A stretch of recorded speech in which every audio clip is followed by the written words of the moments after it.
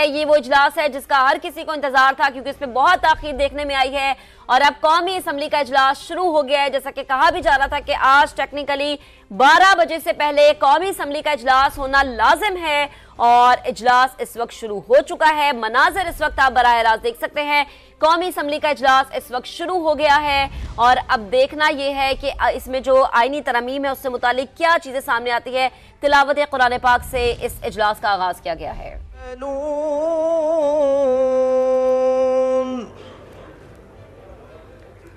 वला तकूनू कल्लज़ीना तो तारिक फजल चौधरी जो कि ये बता रहे थे कि आज कौमी असम्बली का इजलास 11:30 बजे शुरू हो जाएगा। हम देख रहे हैं कि इस वक्त 11:05 हुए हैं और कौमी असम्बली का जो इजलास है वो शुरू हो चुका है। सेनेट का इजलास ये बताया जा रहा है कि कल तक मुलतवी कर दिया गया है, लेकिन कौमी असम्बली का इजलास जिस हवाले से ये कहा जा रहा था कि 12 बजे से पहले ये इजलास शुरू हो जाएगा, तो इस वक्त देखा यह जा रहा है कि तिलावत कुरान पाक से इस वक्त आगाज़ किया गया है कौमी असम्बली के इजलास का। कौमी असम्बली का इजलास शुरू हो चुका है और कौमी असम्बली का इजलास कल तक मुलतवी होने का इम्कान 11:30 बजे तक मुलतवी किया गया है। तो आपको बताया कौमी असम्बली का इजलास शुरू हो चुका है। तो इस हवाले से आपको मनाजिर में हम इस वक्त दिखा रहे हैं। अरकान यहाँ पर पहुंच गए हैं और कौमी असम्बली का इजलास शुरू हो चुका है। इससे कबल जो पार्लियामान की खुसूसी कमेटी है उसका भी इजलास जारी था और वहाँ पर तमाम अरकान जो कि मुशावरत कर रहे थे और अपना मौक़िफ़ सामने रख रहे थे। बेजाद सलीमी इस वक्त हमारे साथ मौजूद हैं। बेजाद, आप बताइएगा, 11:30 बजे कहा जा रहा था, इस वक्त कौमी असम्बली का इजलास शुरू हो चुका है?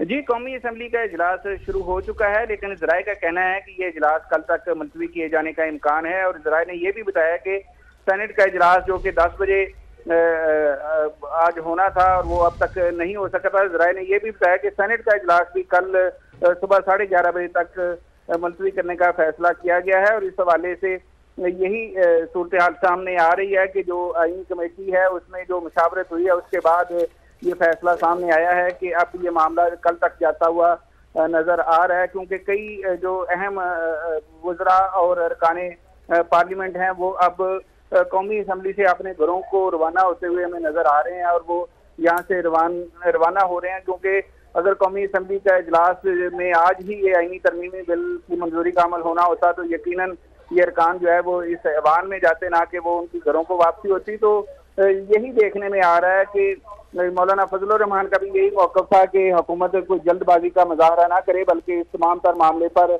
तफसीली जो मुशावरत है उसके बाद ही आईनी तरमीम के हवाले से हतमी फैसला करे। तो अभी जो पेशरफ सामने आ रही है वो यही है कि अगर क्या कौमी असम्बली का इजलास शुरू हुआ है, लेकिन सेनेट का इजलास जो है वो उसका भी वक्त मुकर्रर था, वो उस वक्त पर शुरू नहीं हुआ। तो यही ज़राए का कहना है कि अब ये मामला जो है वो कल तक जाता हुआ नजर आ रहा है और सेनेट का इजलास भी अब कल सुबह 11:30 बजे जो है वो मुनक्कद होगा और यही इम्कान जाहिर किया जा रहा है कि कौमी असम्बली का इजलास भी मुलतवी कर दिया जाए कल तक। ठीक है, इम्कान ये जाहिर किया जा रहा है कि कौमी असम्बली का गालिबन हो सकता है इजलास भी मुलतवी हो जाए, लेकिन अभी कौमी असम्बली का इजलास शुरू हो गया तिलावत कुरान पाक से और सेनेट का इजलास जो है वो कल सुबह 11:30 बजे तक मुलतवी कर दिया गया है। और तारिक फजल चौधरी कहते हैं कि टेक्निकल आज की तारीखों में इजलास कौमी असम्बली का होना लाजिम है, जो कि शुरू भी हुआ, जिसके मनाजिर भी हम आपको दिखा रहे हैं। और अब देखना यह है कि कौमी असम्बली के इजलास की कार्रवाई आगे चल पाती है या ये इजलास भी जो है मुलतवी हो जाता है।